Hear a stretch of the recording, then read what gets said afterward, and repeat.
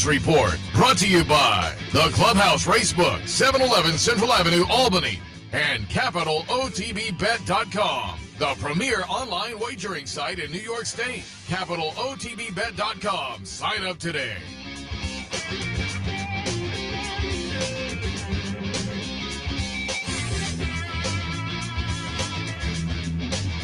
Good morning, ladies and gentlemen. Welcome to the Handicappers Report alongside Seth Merrow. I'm Anthony Mormino on another gorgeous I walked out of day. that place today and thought exactly that. It It's is like a perfect morning. I'll tell you, folks, I know this run of like the last 8 or 9 days is sensational. Yesterday was one of the most beautiful days you could find. Looks like today is going to follow it up, and maybe perhaps tomorrow. If you're watching the network, this is a big day in all of racing, but particularly in Europe. I don't know what the exact number, Seth, is, but it's Epsom Darby today, which in our lifetime, and really recently, this race used to be run on Wednesday. And I used to say, Seth, because they didn't want the Commodores to come, but is it like the 275th running? I mean, they've run it more times than this country's been around. That's how long it's been. In some circles, considered one of the great 3-year-old races in the world.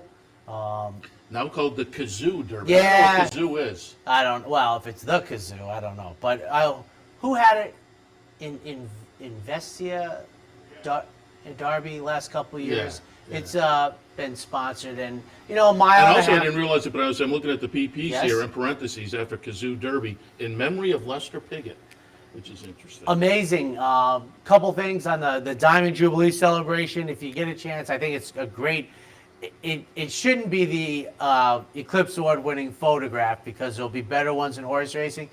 But there's a photo, you can find it online, of I'd have to say, Seth, at a minimum, 50 jockeys wearing the Queen's silks. I guess everybody who's ridden for her. And I can remember 30 years ago, them at Saratoga, the Queen's silks with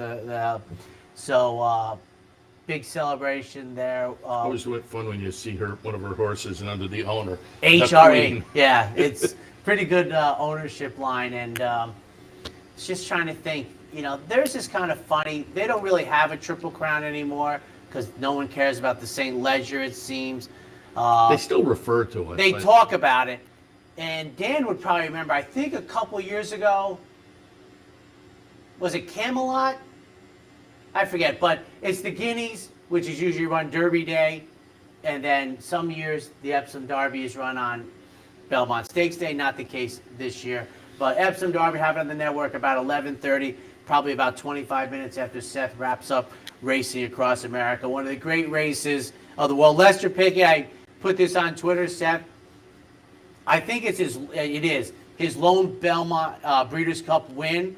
Probably one of the most forgotten ones, because it was the race following Go for One breaking down.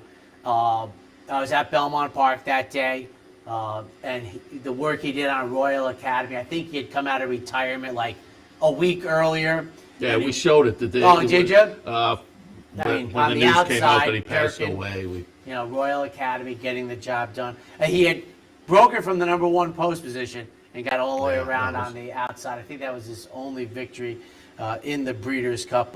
A phenomenal career. And that'll be the Epsom Darby. the favorite's going to be Desert Crown. Yeah, off of 2 wins. Two starts and 2 wins. But 8-5 on the morning line. And I just looked it up. Kazoo is a British online car retailer. Who knew? Whomever puts up the money. Yeah, that's Ever right. tell you this story one time? A gentleman came in the restaurant, and he was with an older gentleman. I can tell by the conversation, it ends up being father-son. And they're kind of like where I'm in between. The son is younger than me, but like probably 40, because I'll be 59 in a couple weeks. And the dad, and we're just talking, and he goes to pay for the bill. And I've done this for 41 years, folks, and it says his name, which I won't repeat. And it says OBE. Now, I pride myself on being a somewhat cultural and literate adult, and I'm like, so I do my job, and I go back and I said, I don't mean to be nosy or anything. I said, but is this what I think it is? and we started talking. He goes, yeah. Some people bring out the car. They say, "Thank you, Mr. Obi." I'm like, if you don't know, Has he been knighted? Is there two references? So He's is it OB? So OBE is the Order of the British Empire, yeah. right? And it's being knighted, and he's young. And I read that Sir Michael Stout has been knighted, but so he's young. So you'll be able to put the pieces together here. So I said I have to ask, and if you're insulted, I apologize, but you're pretty young, and he's an engineer, and he's just one of the great human beings. He found a way affordably to get water to people in the world that should have water. And his company is a water company, like bottled water, and he was the official sponsor for racing. I don't know if he still is, but he writes down his name and he goes, if you ever come over for the races, just give me a call. I come home, I tell my wife, I go, just so you know, I'm on the first name basis with a knight in England, so I don't want to hear about the lawn getting a little long out back. So Sir Michael Stout, and I didn't look it up because I saw Seth gave me the PPs for the thing, but years ago, I think Lamtara, came into the Epsom Darby off of like the same type of thing. One started 2, and then 1 prep race.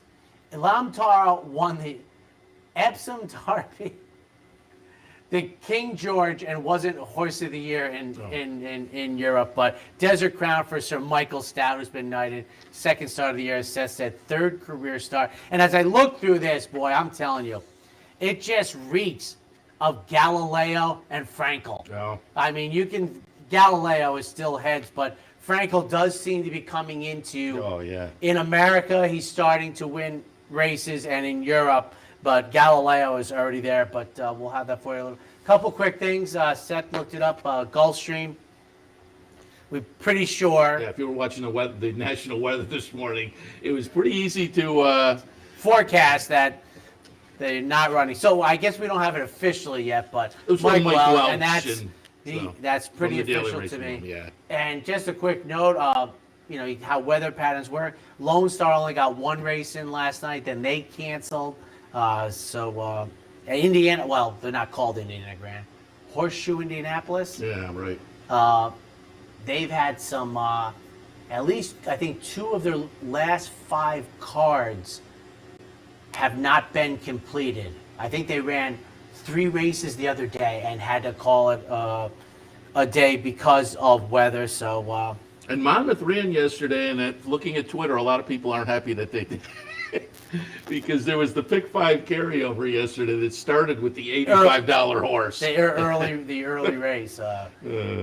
There was a lot of consternation about Monmouth online yesterday. Let me just toss out yes. There was a Belmont Syndicate that opened yesterday. I will alert you, I just checked the page. It's closed already. They're very popular. They go fast. So good luck to everybody who got on the Syndicate team next week for the Belmont Stakes. But today here at the Racebook Exacta Board Contest, which is that football type grid where you, that's right, where you pick a square, and if your Exacta comes in, that's awesome. You win a voucher to a restaurant here, so you can come down and win lunch maybe here this afternoon at the Clubhouse Racebook, 711 Central Avenue in Albany. The Belmont Stakes Syndicate is by far the best day I've ever done for the people. They had me do it one year. Oh, that's right. I had a good 2/3 of the Triple Crown because they had me do Preakness, and I liked Oxbow, and that worked out. They made some, but when Palace Malice won the Belmont,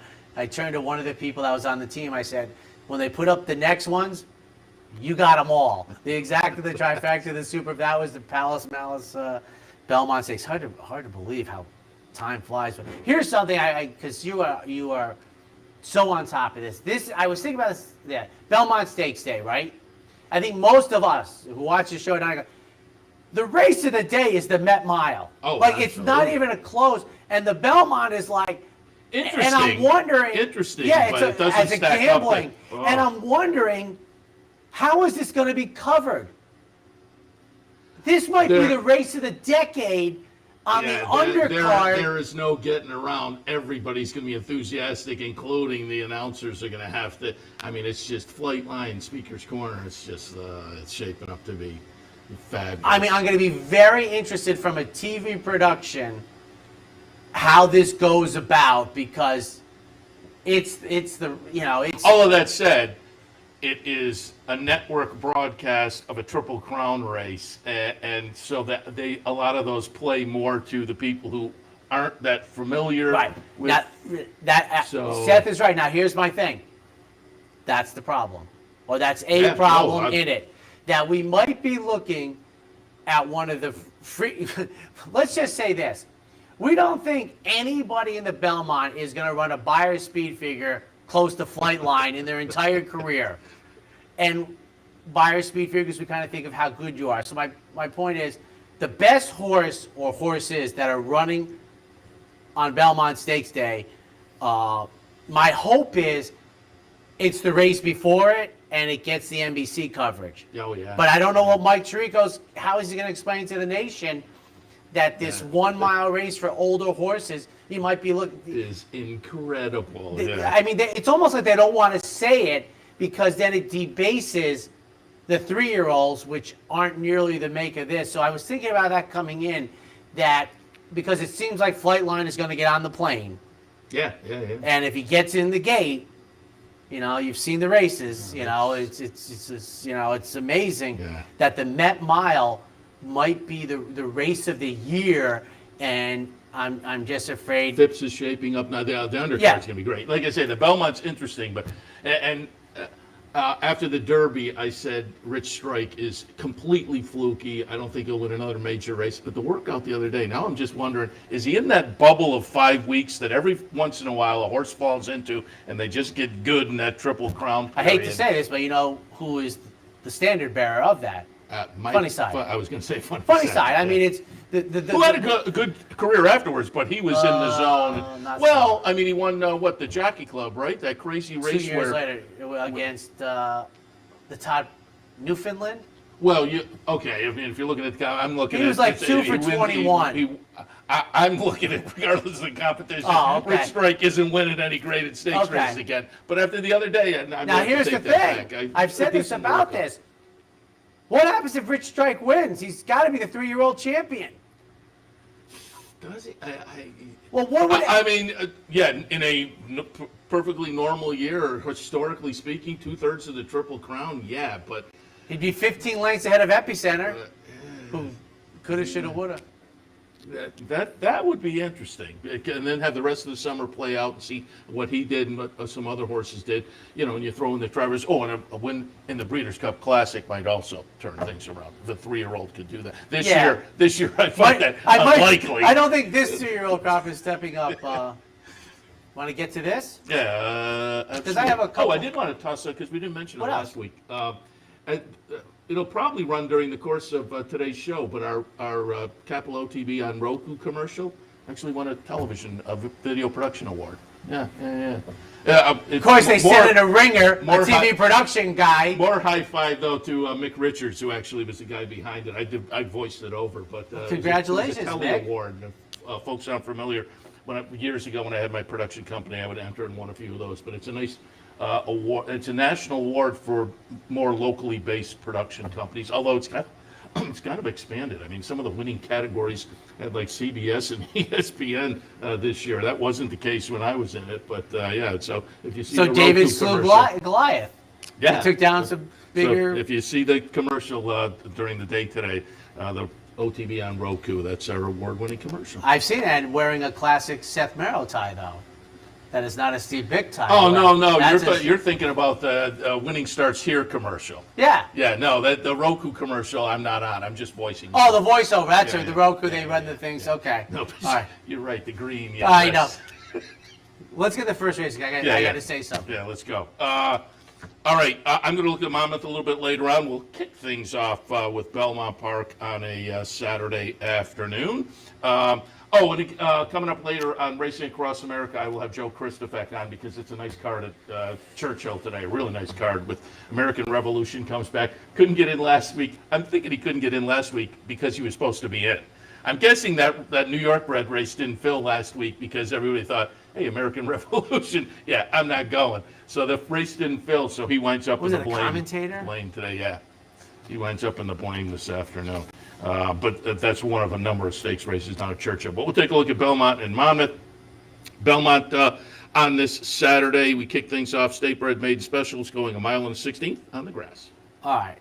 A couple things, because Seth left out the most important word about the distance that would, as a segue into what I want to talk about. It's the about distance. Yeah. Now, this is something. I think Craig Milkowski and Craig is with Timeform US, and I have battled about the importance of, timing.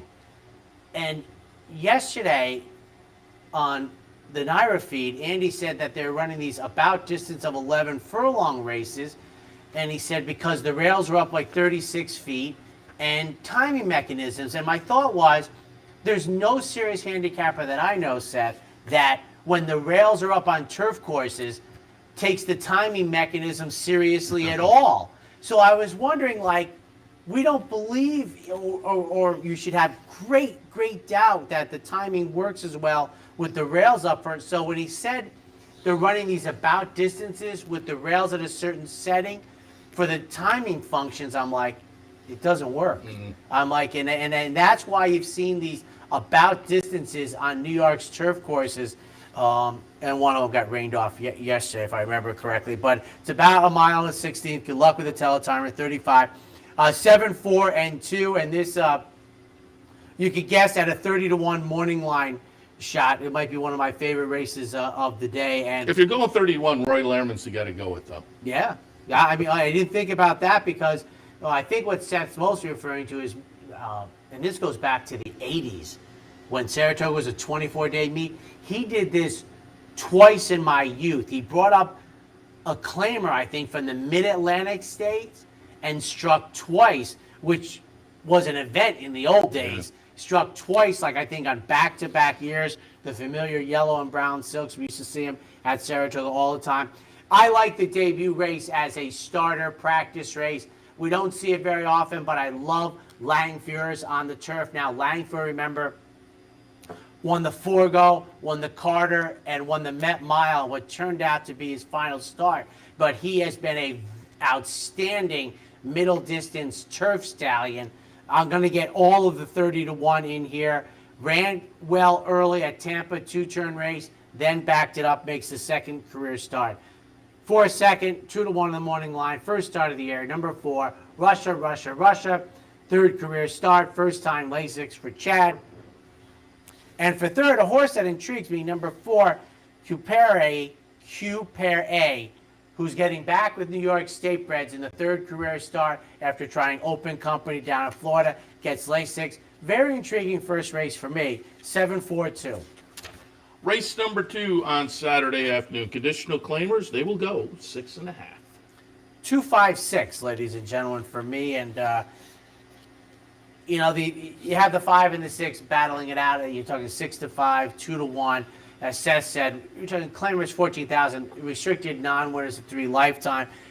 Obviously a step up from 2L, but I don't know how reliable they are. So I'm going to go to number 2, Brunate, going out for Jimmy Bond.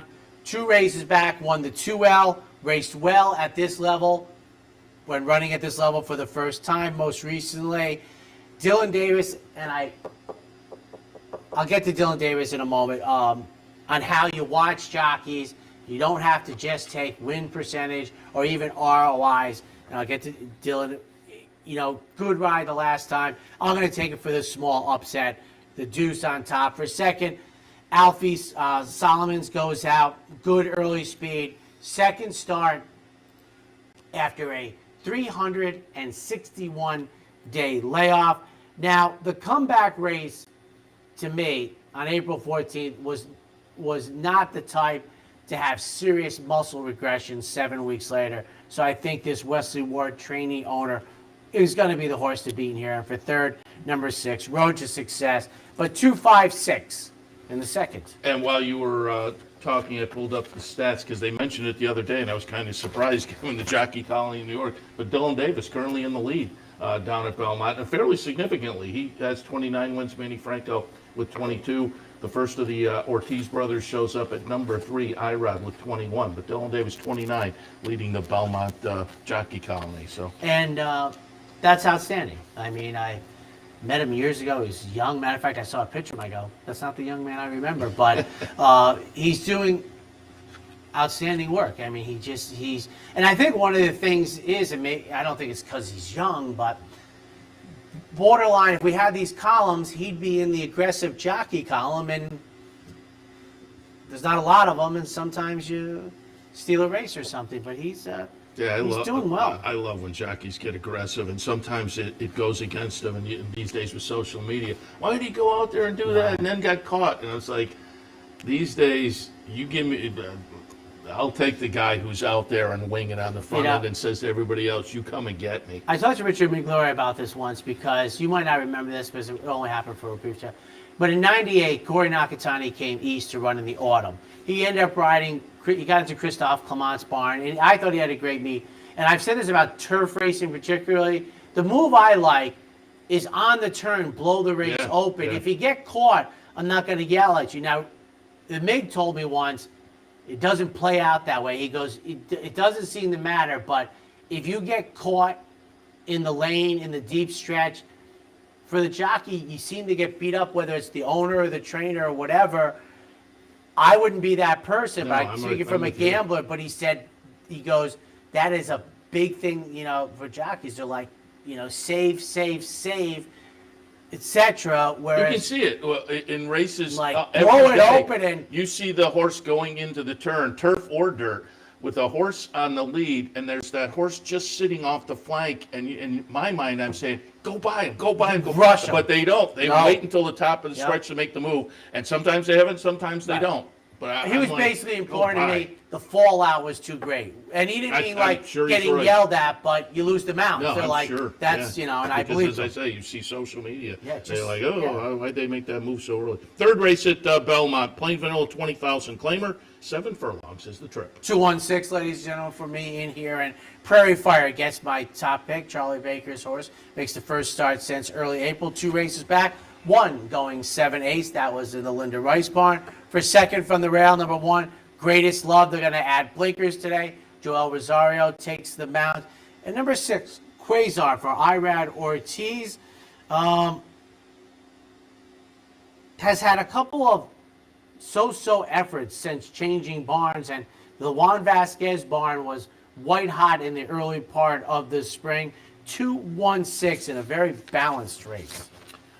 Race number 4 is a state-bred optional claimer. Non-winners are 2 other than condition. 6 furlongs on the grass. 265, ladies and gentlemen. And number 2 scheduled to break for the rail.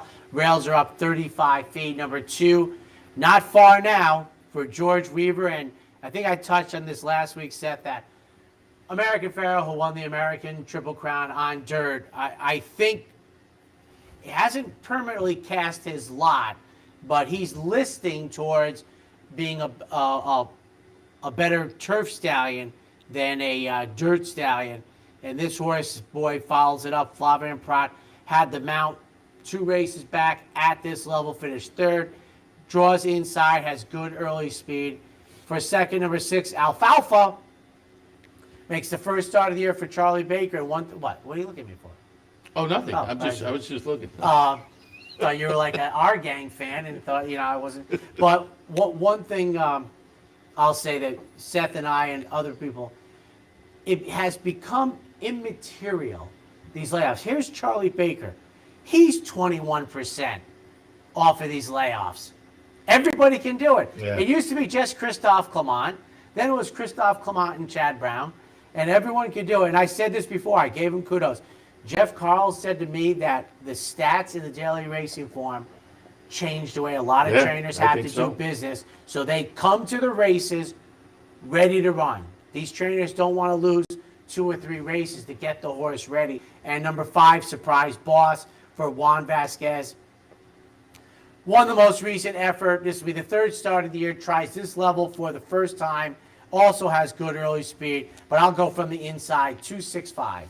No, when I looked at you, I was smiling because as you got into it, this was a turf race, and I thought we should maybe check and see if somebody has mentioned anything about the turf today. And so I pulled up Mark Hennig, who we were talking about earlier, Mark an hour ago. Belmont on the turf today, but 37 minutes ago, I'm assuming this was sent out to all the horsemen. That's why Mark retweeted, Gulfstream Park horsemen, please, capital letters, drive slowly through the barn area. Waves are producing pronounced flooding.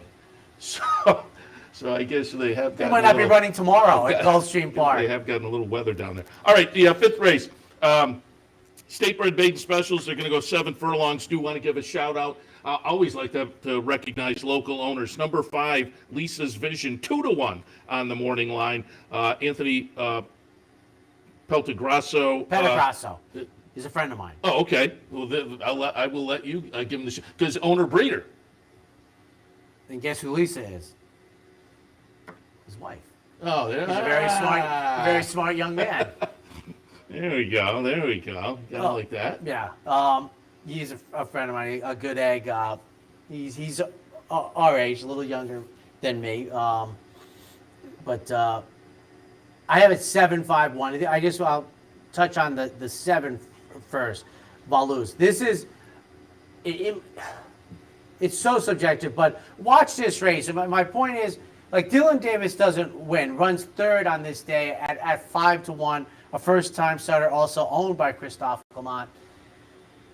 And it says off slowly, completely missed the break. And sometimes, Seth, I used to say in my trip notes, WWW was bad. That meant wide, and very infrequently can horses win with that. Well, this is the 3 R's. Rushed, rest, and rally. Completely misses the break. And he does use early energy, not crazy energy, but you can tell he's nowhere near the position he wants. But it's a 6 furlong sprint.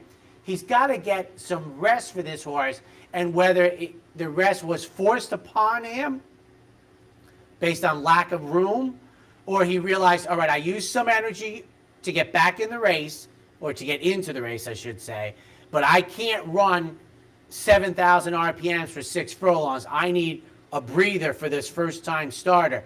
And he got it.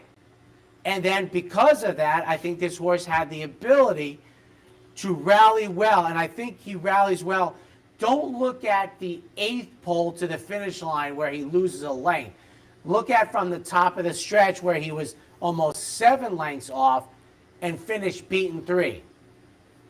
I think this was just a remarkably good, smart rise. Because one thing you have to say, if you miss the break and you settle into that position, it's hard to win. I mean, you got to get some position, and he showed that he needed it. Take a look at the race. I think Dylan Davis tips his hand. Joel Rosario gets the mount today, which shouldn't be a problem, but I think Dylan Davis did right by the horse after a bad start. For his second, number 5, Lisa's Vision, who debuted at 6-5, finished second, comes back at 2-1. Jose Ortiz gets it. This is clearly the horse to beat in here. And for third, number 1, Shinful, making the second career start. Anthony is very good friends with Roddy Valenti. Okay, very good. Very good friends.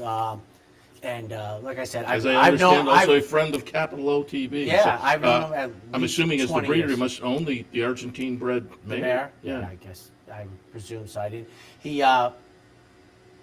I saw him around the holidays, which I see him regularly, but I said the holidays, and he told me about this horse. Like I said, I know his wife Lisa, and I was like, I'm sure she can run, and you didn't name a horse that didn't have any skill set after your wife, but we'll be rooting for Lisa's Vision. But 7-5-1 in the 5th. Yeah, good looking debut. Lost just barely a 3-2. That's one to build on, certainly. All right, let's take a break. We're halfway through, so we will come back, complete our look at Belmont for Saturday, then move on to Monmouth. Stay tuned. I'm Seth Merrow, and as serious horse players, we know that information is critical when placing a bet. With live streaming of more than 30 tracks, race replays, free past performances, and daily picks from professional handicappers, no one gives you more up-to-the-minute information than Capital OTB. Combine that with the best player awards in New York State, and you have everything a serious horse player needs to be successful. Win more with Capital OTB. Winning starts here. Capital OTB is now streaming live on Roku. The RTN Racing channel on Roku lets you watch OTB TV live through your Roku device or your Amazon Fire Stick, rather than being limited to computers and mobile devices, which means you can now watch OTB live wherever you are. Simply open Roku, scroll to find the RTN channel, then click on OTB TV. OTB TV on Roku. Try it now. Birdstone is an outside front. They're coming down to the finish. Can Smarty Jones hold on? Here comes Birdstone. Birdstone surges past. Birdstone wins the Belmont Stakes. In front, but here comes High Chef Moreno. High Chef Moreno, the defending champ, to take it to Bobo. These two arch rivals head to head with Joe Hart bearing down on them. It's going to be a three-horse motivated to the turn. Here's the wire. Photo finish. Welcome back to the Handicappers Report on Saturday morning. Seth, Merrow, and Anthony Mormino. We will continue our look at Belmont Park, kicking off with race number 6. It's a plain vanilla $10,000 claimer, and the trip is 7 furlongs.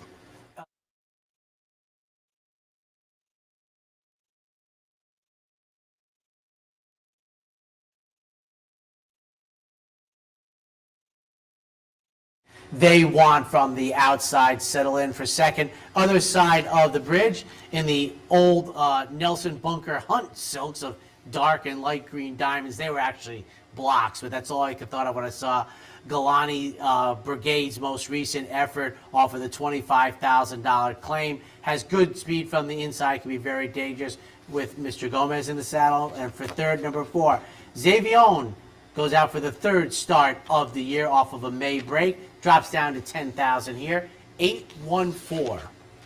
7th race at Belmont. Allowance non-winners are one other than. They're going to go 7 furlongs on the grass.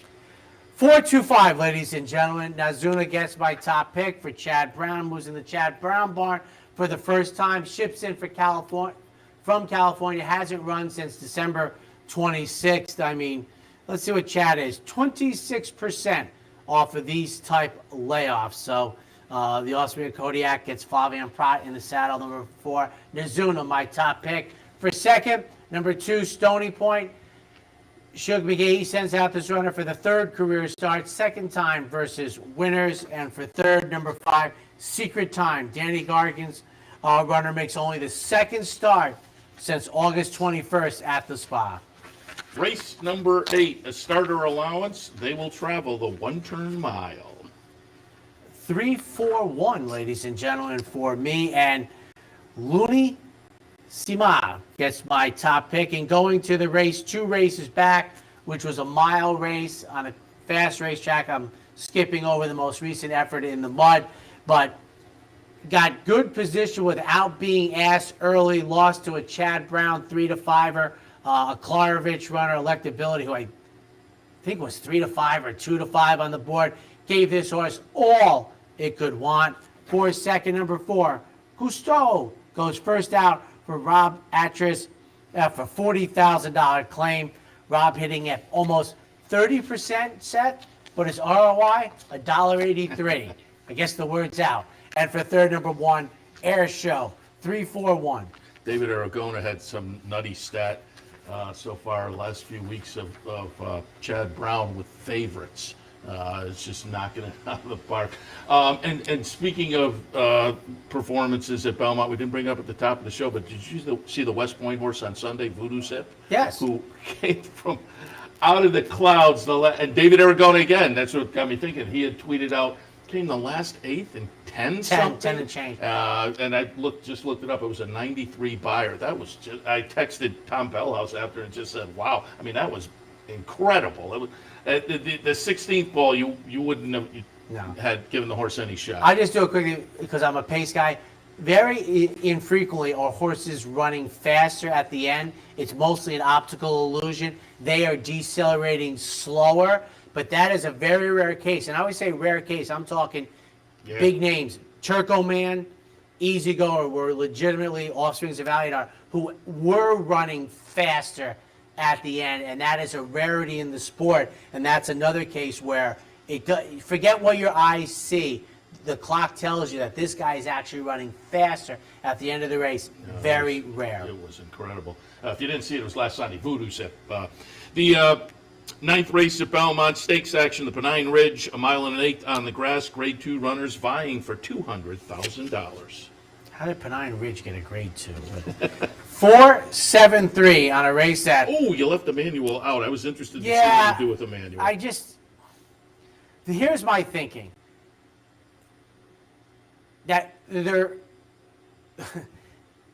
I know you like this subgroup a lot, right? Yeah. And I thought like 5 horses could win this race. Yeah. It's like just step forward a little bit. Like, and my top pick, Napoleonic War, I was like, he has to improve just a little bit to be next to Emmanuel, and you know he's 3-1, but it's a War Front, it's a Chad Brown. I will say this one thing about the Transylvania. I would never have liked Side Dog when he came out the next time he came back and he was the favorite and lost. That was one of those.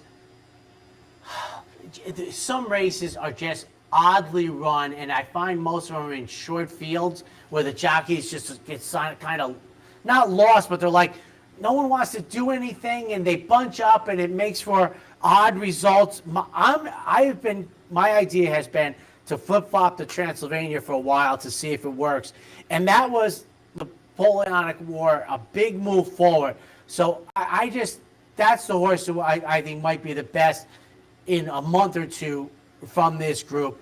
For second, at 8-5 on the morning line, another Chad Brown runner, unanimous consent. Now, David Aragona's work is a godsend for New York runners. But you talk about the Beyer speed figures. How does this guy get to be 8-5? I think just because of Chad. Chad Brown, well, okay, so how does he get to be 8-5 over my 3-1? Well, I think it's Chad and Klarovich as compared to Chad and Peter Brandt, but which maybe. And then for third, limited liability. I will say this about that. I really only went this way over Emmanuel for 2 reasons. One is price. The other is Shug with horses that he just takes their time with and gets big. Now, limited liability has to definitely move forward like 3 lengths. But a very competitive edition, I'm not so sure it's a grade 2, 4-7. Now I'm interested to see where the betting public does go with the two, because I have them all in different order, but I also have Napoleonic War over unanimous consent in my selection. No, I'm interested. Absolutely. Let's see. 10th and final at Belmont today. Maiden Claimers going 1 mile on the grass. And Seth, I don't think I've ever seen this before, but one of the things with these markers that I use that helps me pick up info in the main body. So the main body is 12 horses. 10 of the 12 are first time for a tag. I don't think I've ever seen that high a number, that high a percentage, 83% in that. Now, a couple of them have run once, etc. But a couple of them, I got a 7-timer, a 5-timer, an 11-timer. Oh, and by the way, there was two that didn't. So the 4 and the 10 didn't. How about the 10? It's like the second time in like 3 weeks, second time in a career. So it's unbelievable race. But 396, birthday time, Todd Pletcher's runner, tries to turf for the second time, 3rd career start. I have to say, I'm moderately surprised they're in for a tag. Now, the tag is $75,000. It's perhaps safe that you're going to get through the window. The Rich Strikes of the world are rare. For second, number 9, Harrington Rocket. Chad Brown runner, 2nd career start, gets Lasix today, 1st start of the year. And for third, Miss Bonnie T. David Donk's runner makes the 12th start, 1st time in for a tag. I think it's an intriguing, very intriguing late daily double. The Pennine Ridge, 4 or 5 horses deep, and the 10th race, about 10 horses deep. with first-time starters galore. Can't rely on that old maid special weight to maiden claiming. No, So much. it's a full room. All right, we'll take another break. When we come back, Monmouth, the Jersey Shore. Stay tuned. What if there was a way to become a better horse player? To have a better knowledge of the game? To be more successful? What if there were a way to take what you've learned, what you know, and make better decisions, better choices? In horse racing, knowledge is a powerful tool. Race results and replays, past performances and live streaming, wagering from all your digital devices. Capital OTB. Become a better horse player. Capital OTB is now streaming live on Roku. The RTN Racing channel on Roku lets you watch OTB TV live through your Roku device or your Amazon Fire Stick, rather than being limited to computers and mobile devices, which means you can now watch OTB live wherever you are. Simply open Roku, scroll to find the RTN channel, then click on OTB TV. OTB TV on Roku. Try it now.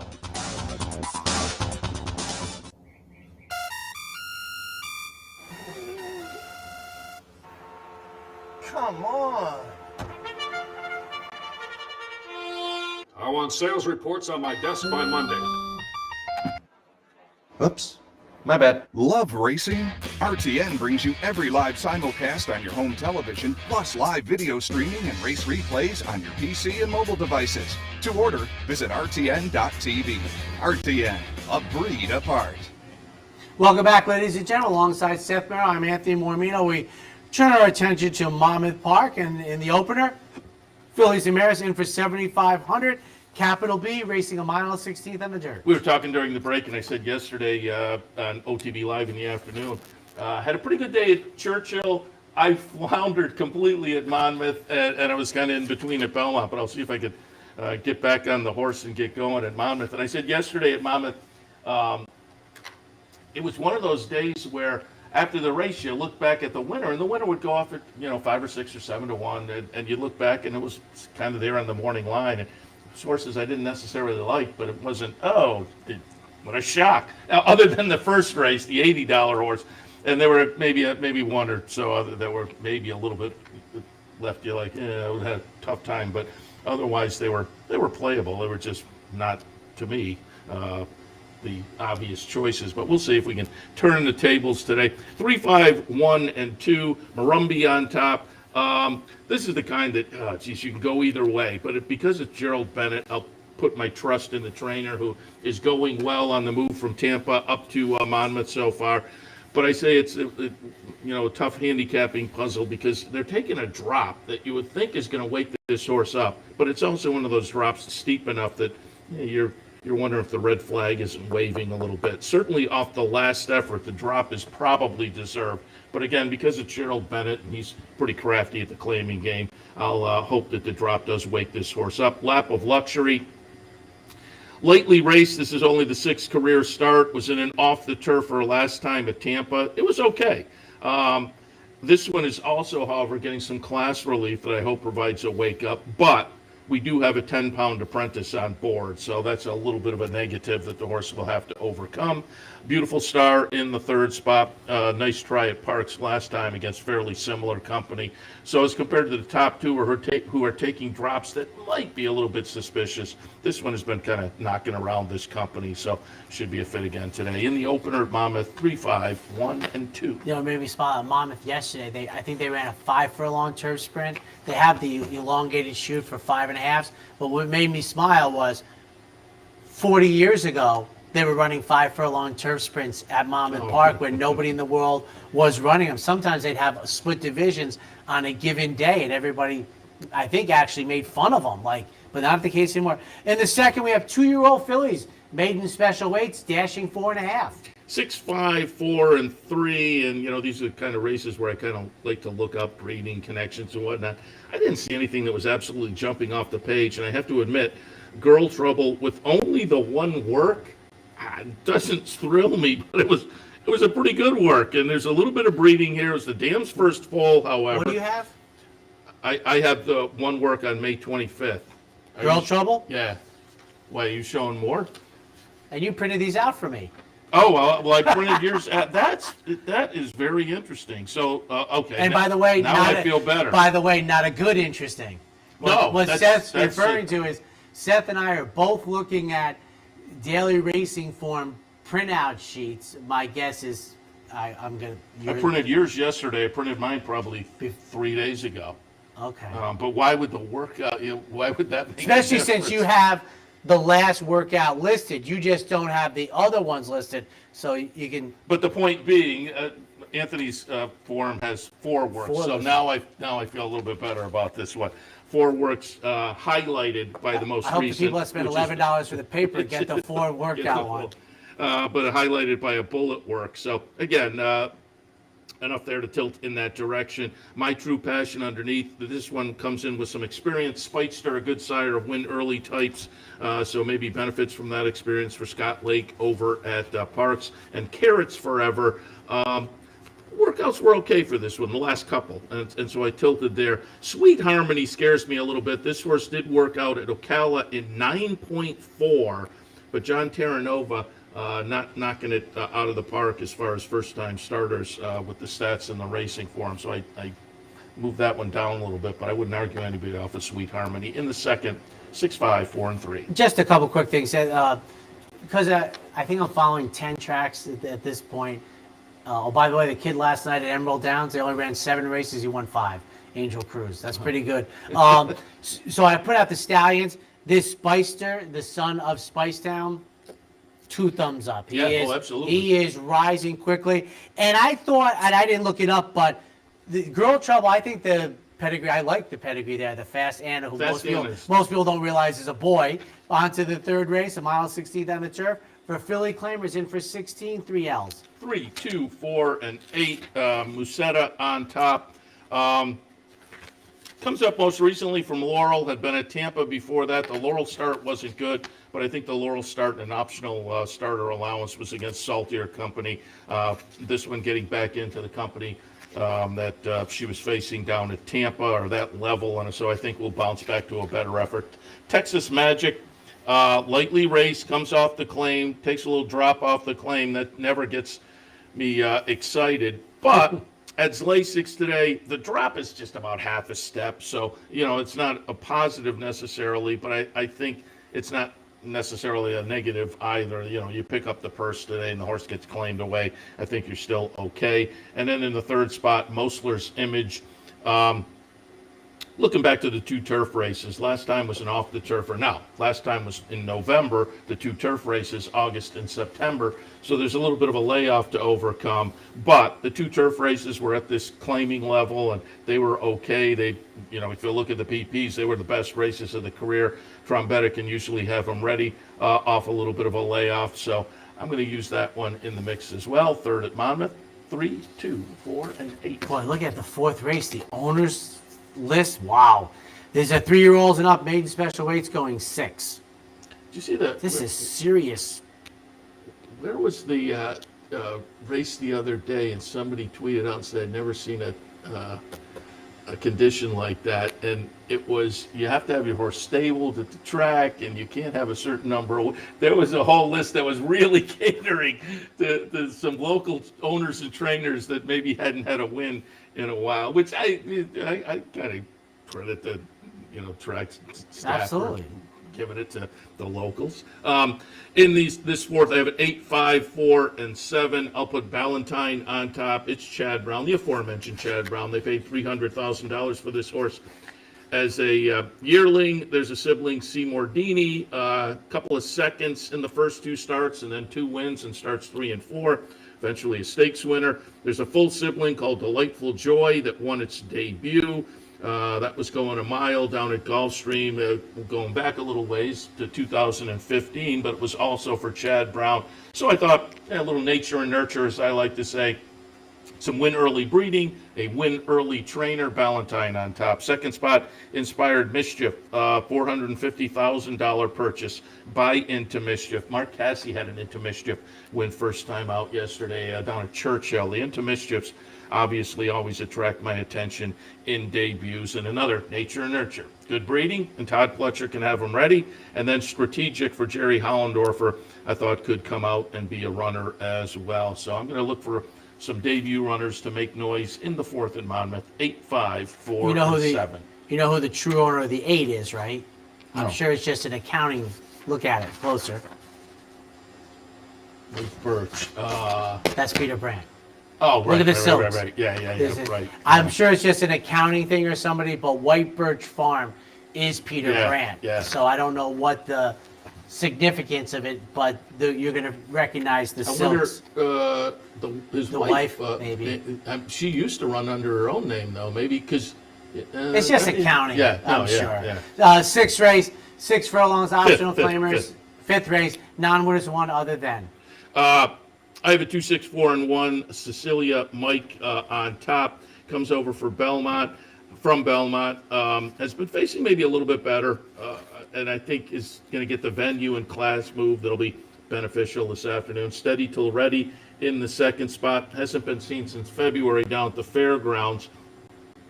But this one's taking a little drop off the break, and again leaves me a little bit leery. And the workouts underneath aren't necessarily touting this one as being super ready to go off the land.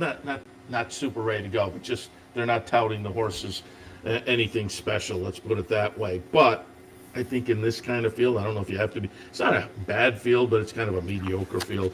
And then Times Union in the 3rd spot goes out for Jerry Hollander off a debut win down at Oaklawn. Might wind up being the one to beat, actually. I mean, if the odds are reflective of the morning line, Times Union may become the interesting horse. 5th at Monmouth, 2, 6, 4, and 1. On to the 6th, 2-year-olds, maiden special weights, also going 4.5. 6, 5, 3, and 2. I'll put Royal Mover on top. There's a lone sibling that's unraced, so couldn't find anything out on the bottom side. But with Practical Joke on top and Todd Pletcher, Mike Rapoli and company, I would expect this horse to be well meant in the debut. So I'll put Royal Mover on top.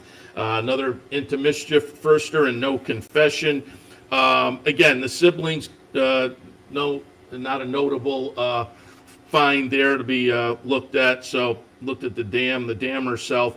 Won in the 3rd career start and then in the 4th career start, so maybe a little win early from the dam, but certainly from the sire of No Confession and at 15-1, I'll play around with a Into Mischief firster. And then Completed Storm, high percentage trainer Claudio Gonzalez, who can also do well with first-time starters. I will use that one in my mix also. Golden Sense is the sire of Iya, the number 2 horse. I like Golden Sense as a sire of firsters, and the workouts there are pretty good.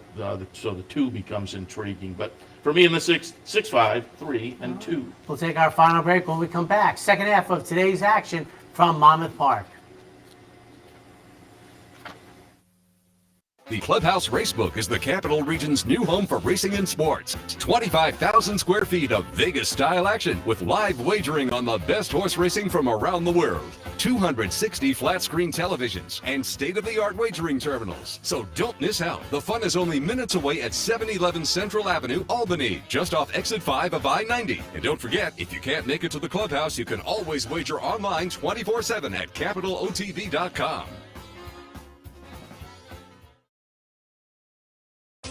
Capital OTB is now streaming live on Roku. The RTN Racing channel on Roku lets you watch OTB TV live through your Roku device or your Amazon Fire Stick, rather than being limited to computers and mobile devices, which means you can now watch OTB live wherever you are. Simply open Roku, scroll to find the RTN channel, then click on OTB TV. OTB TV on Roku. Try it now.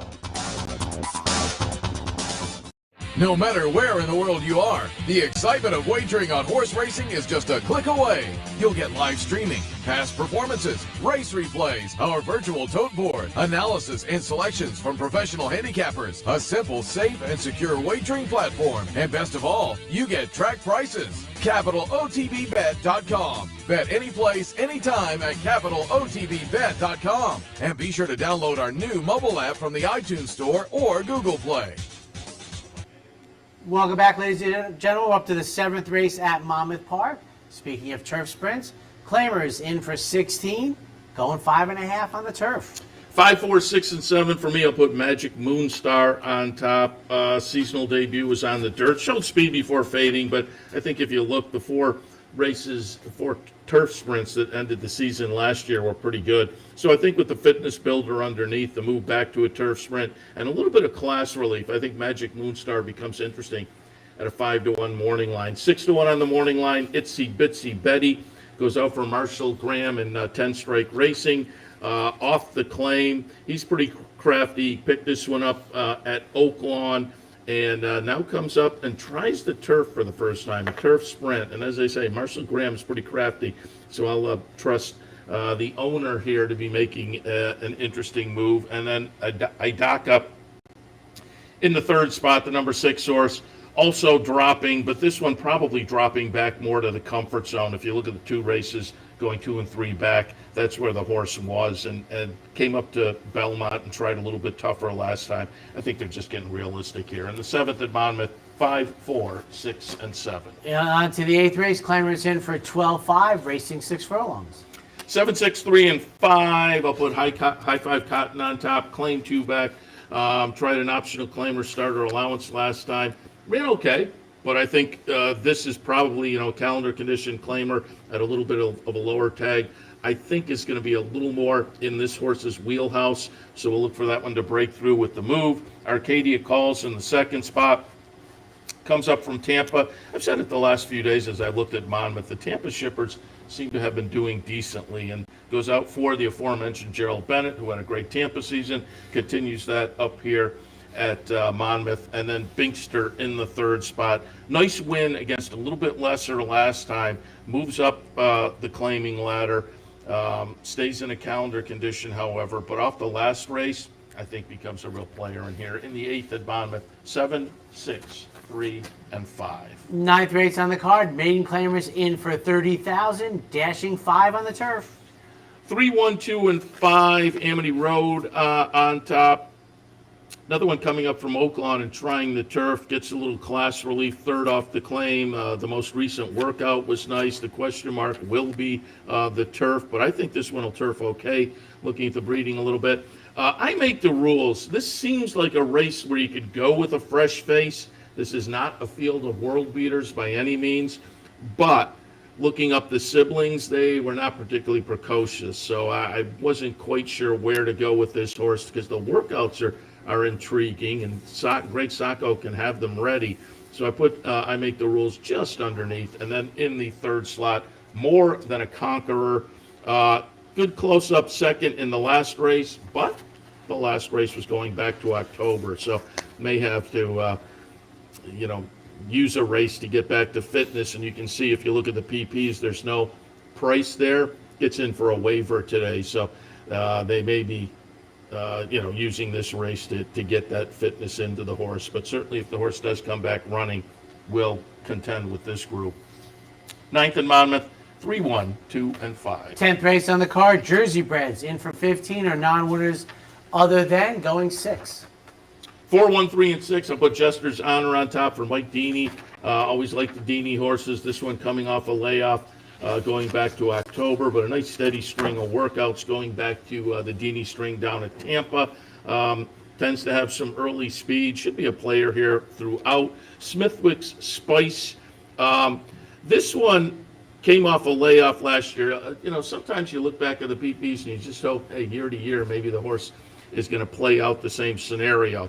Last year came back off a fairly long layoff, ran 6th in the first start of the season, and then won the 2nd start of the season with a much improved performance. I'm going to look for a similar situation this afternoon. Ran 4th in the seasonal debut, has a bullet workout since. Smithwick Spice at 6-1 playable, and Country Miles also making the 2nd start of the season. This one coming off a pretty good 2nd to kick things off. Should benefit from that. In the 10th, 4, 1, 3, and 6. 11th race on the card. I believe he never won a graded stakes. The Mr. Prospector going 6. 6, 1, 3, and 9. Milton the Monster on top for John Service. Tried the turf last time, so a little turf to dirt move that might bounce the horse forward and doesn't have to bounce too far forward off the race 2 back. 4 starts back, a triple-digit buyer win. at Parks. We're getting 8-1 on a horse that I think's live in kind of a competitive race. Quick tempo, lots of early speed from the rail. Comes out of a third place finish in a restricted stake at Churchill. Won 3 starts back at Gulfstream with a solid number as compared to this group. Greeley and Ben won last time, was claimed out of that race at Oaklawn, and becomes a player when you look down the page at the consistency in the 11th at Monmouth. The Mr. Prospector, 6-1, 3-9. Claimers in for 12-5, wrapping up, going a mile 16 on the turf. 3, 6, 7, and 1 on the couch on top. Claimed last time. Trainer is very good off the claim. This one comes in really good form. One against similar. Claim, trainer good off the claim. Check marks in all the right columns. Bird's eye view seems solid against this bunch. Goes out for Mike Deeney and his main owner, Bally Britt. And as I say, seems like a good fit and pretty consistent down the page as well as far as the numbers thrown. And then Miracle Silver in the third spot, a good second last time. 12th and final at Monmouth, 3, 6, 7, and 1. And that wraps up the 12 race card from Monmouth Park. Hopefully a beautiful day down at Belmont and Monmouth Park. Remember, Gulfstream Park has canceled for the day, ladies and gentlemen, after unbelievable amounts of rain. Up next is Racing Across America. Mike Curry of America's Best Racing and Joe Christofek from Churchill Downs. They will be Seth's guests. Enjoy yourself. Knock 'em dead. Same to you. Everyone have a great Saturday. We'll see you next time.